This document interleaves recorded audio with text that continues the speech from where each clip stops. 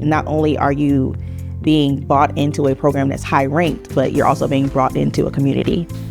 Can you touch your shoulders? I feel like any program that is afforded this space or afforded a simulation learning is a huge opportunity. You're also tackling on different learning styles. A lot of people learn by doing, but those actionable steps. And some people just learn simply just hearing and receiving that information. So being able to kind of touch different learning styles of adults, especially when you're dealing with a graduate program, I think it's an amazing thing to do.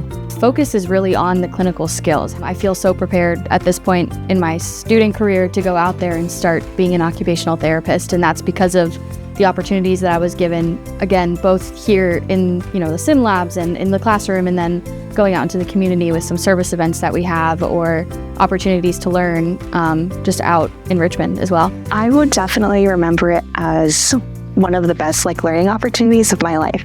I come from I'm a first generation college student and graduate student as well. So I think it's really cool to kind of look back on how my growth has been. You can see the full circle of learning that happens. When you're coming in, you're learning the basics, you're making mistakes, and then by the time we're leaving, we feel ready, and it's almost like an innate ability to be able to be an OT. It just, it becomes part of who you are, essentially.